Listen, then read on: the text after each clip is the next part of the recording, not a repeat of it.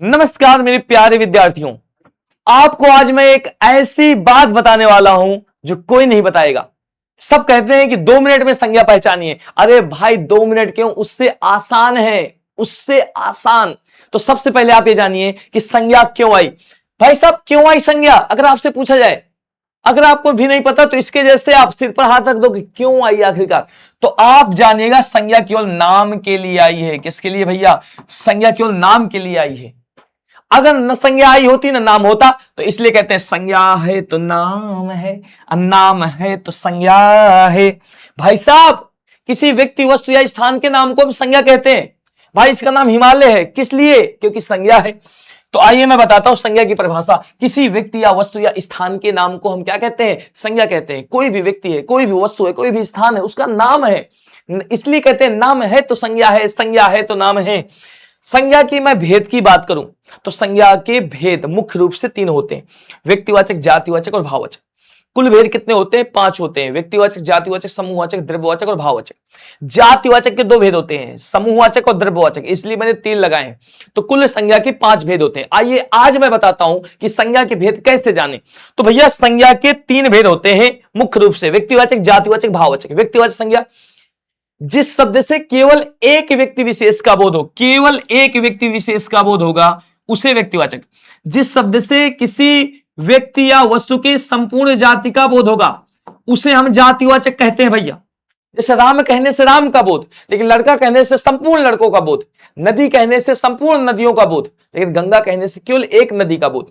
भाववाचक संज्ञा क्या है? जिस शब्द से किसी व्यक्ति या वस्तु के गुण, दोष, स्थिति, अवस्था का बोध होता है उसे भाववाचक संज्ञा कहते हैं। लेकिन क्या ऐसे पढ़ना है? तो बिल्कुल नहीं बेटा। इससे शानदार मैं बात बताकर आपको याद करवाता हूं। भैया 3 संज्ञाएं हैं: व्यक्तिवाचक, जातिवाचक और भाववाचक। व्यक्तिवाचक जिससे केवल एक का बोध होगा। अगर एक का बोध है इसका मतलब उसके जैसे पूरे ब्रह्मांड में कोई नहीं। जिससे संपूर्ण जाति का बोध होगा इसका मतलब उसके जैसे बहुत है। भाववाचक जिससे स्थिति, अवस्था का बोध हो, अर्थात उसको पकड़ा नहीं जा सकता। तो एक बार रिवाइज करिएगा: जिसके जैसे बहुत जातिवाचक, जिसके जैसा कोई नहीं व्यक्तिवाचक, और जिसको पकड़ा न जा सके उसे भाववाचक। फिर से समझिएगा: जिसके जैसे बहुत सारे लोग होंगे, बहुत सारी वस्तुएं होंगे, वो जातिवाचक, और जिसके जैसा कोई नहीं पूरे ब्रह्मांड में व्यक्तिवाचक, और जिसको पकड़ा न जा सके उसे भाववाचक। जैसे मैंने बोल दिया पर्वत, तो पर्वत संसार में बहुत है, तो इसका मतलब पर्वत जातिवाचक संज्ञा। हिमालय, हिमालय जैसा कोई नहीं, तो इसका मतलब हिमालय क्या है बेटा? हिमालय मेरे प्यारे भैया व्यक्तिवाचक संज्ञा है। अब ध्यान सुनिएगा, जैसे मैंने बोल दिया देश, तो देश क्या है? बहुत सारे हैं, तो भैया देश बहुत है तो जातिवाचक। लेकिन भारत, भारत के जैसा कोई और देश नहीं है, इसलिए भारत जैसा कोई नहीं तो व्यक्तिवाचक। कहते नहीं कि सारे जहां से अच्छा है हिंदुस्तान हमारा। बेटा मैंने बोल दिया शहर, तो आप बोलेंगे शहर, शहर कैसी संज्ञा है? तो शहर जातिवाचक है, बहुत सारे हैं। लेकिन मैं बोल दूं प्रयागराज, अगर आपसे बोला जाए कि प्रयागराज कैसी संज्ञा है, तो आप बोलेंगे प्रयागराज जैसा कोई नहीं है, बिहार जैसा कोई नहीं है। मैं बोल दूं राज्य, तो आप बोलेंगे कि राज्य बहुत सारे हैं। लेकिन अगर मैं बोल दूं बिहार, तो कह देंगे बिहार जैसा कोई नहीं है मेरे प्यारे बच्चों। जैसे मैंने बोल दिया ग्रह, तो आप बोलेंगे ग्रह बहुत सारे हैं सर। लेकिन मैं बोल दूं बुध, तो बुध जैसा कोई नहीं है मेरे प्यारे बच्चे। जैसे मैंने बोला त्योहार, तो आप बोलेंगे गुरुजी त्योहार बहुत हैं, तो त्योहार जातिवाचक है। लेकिन मैं बोल दूं होली, कहते हैं गुरुजी होली जैसा कोई नहीं है। मैं बोल दूं मेरे प्यारे बच्चा लड़का, तो आप बोलेंगे लड़का गुरुजी बहुत हैं। लेकिन मैं बोल दूं कि यार भाई शुभम, तो आप बोलेंगे गुरुजी शुभम जैसा कोई नहीं है। मैं बोल दूं मेरे प्यारे बच्चा कि मित्र, तो आप कहेंगे कि मित्र संसार में बहुत हैं। लेकिन मैं बोल दूं एक मेरा मित्र है किशन, उसके जैसा संसार में कोई मित्र नहीं है। लेकिन जिसे पकड़ा नहीं जा सकता उसे भाववाचक कहते हैं। जैसे बुढ़ापा पकड़ा नहीं जा सकता, क्या पकड़ सकते हो? नहीं पकड़ सकते बुढ़ापा।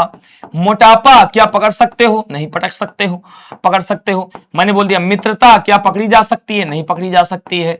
शत्रुता क्या पकड़ी जा सकती है? नहीं पकड़ी जा सकती, केवल महसूस कर सकते हो आप। तो फिर से कवर करिएगा: जिसके जैसे बहुत हो जातिवाचक, जिसके जैसे ब्रह्मांड में कोई नहीं व्यक्तिवाचक, और जिसे पकड़ा न जा सके उसे भाववाचक। अब देखो मेरे प्यारे भैया, जातिवाचक संज्ञा के 2 भेद होते हैं। जातिवाचक संज्ञा के कितने भेद होते हैं भैया? तो आप बोलोगे बेटा जी जातिवाचक संज्ञा के 2 भेद होते हैं। कौन कौन से भेद होते हैं? तो जिसमें से पहला है समूहवाचक संज्ञा। पहला क्या है भैया?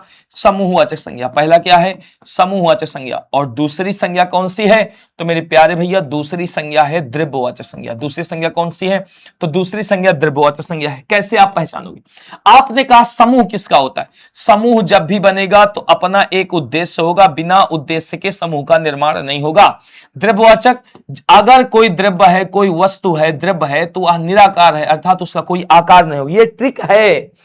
बिना उद्देश्य के कभी समूह का निर्माण नहीं हो सकता। जैसे सेना, पुलिस उद्देश्य है, तो भाई साहब आप कह सकते हो जैसे सेना है, सेना है, पुलिस है, सेना है, पुलिस है, जनता है, इन सबका कोई ना कोई उद्देश्य है। आप कक्षा में पढ़ रहे हो, इसका भी अपना उद्देश्य है।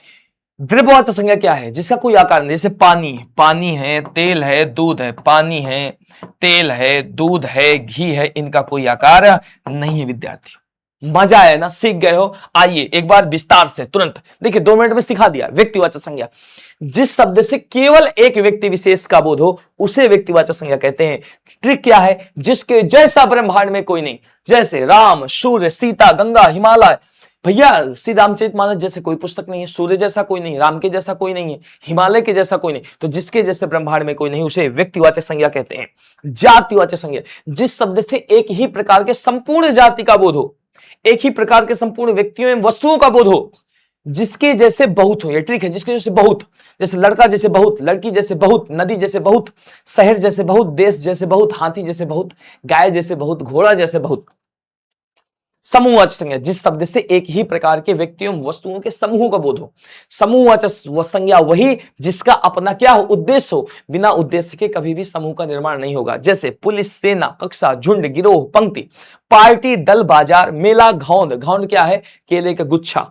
मंडल, ये समूहवाचक संज्ञा। द्रव्यवाचक संज्ञा, जिस शब्द से धातु या पदार्थ का बोध होता है, जिसका कोई आकार नहीं। क्या पानी कोई आकार है? भाई साहब आप बोतल पर रख दोगे, सावधान, मटके पे रख दोगे, ऐसे ऐसे होगा, कोई आकार ही नहीं है। तो पानी, तेल, दूध धातु या पदार्थ का बोध कराते हैं। सोना, चांदी, लकड़ी, प्लास्टिक, टिन, लोहा, ये सब द्रव्यवाचक। भाववाचक, जिस शब्द से किसी व्यक्ति या वस्तु के गुण, दोष, अवस्था, स्थिति या भाव का बोध हो, अर्थात जिसे पकड़ा जा सके, केवल महसूस कर सकते। हाय रे बुढ़ापा, हाय रे मोटापा, हाय रे जवानी, ये सब भाववाचक संज्ञा। दया, क्षमा, क्रोध, इनको ना तो देखा जा सकता, ना तो छुआ जा सकता, केवल आप महसूस कर सकते हैं। तो मेरे प्यारे बच्चों, कैसी लगी यह वीडियो? अगर वीडियो अच्छी लगी है तो तुरंत ही वीडियो को लाइक कर दें, सब्सक्राइब कर दें और ज्यादा ज्यादा अपने मित्र को शेयर कर दें जिसको संज्ञा चैप्टर पर दिक्कत है। तो मिलता हूं नेक्स्ट वीडियो के साथ, लेता हूं विदा। बहुत बहुत धन्यवाद। Thank you.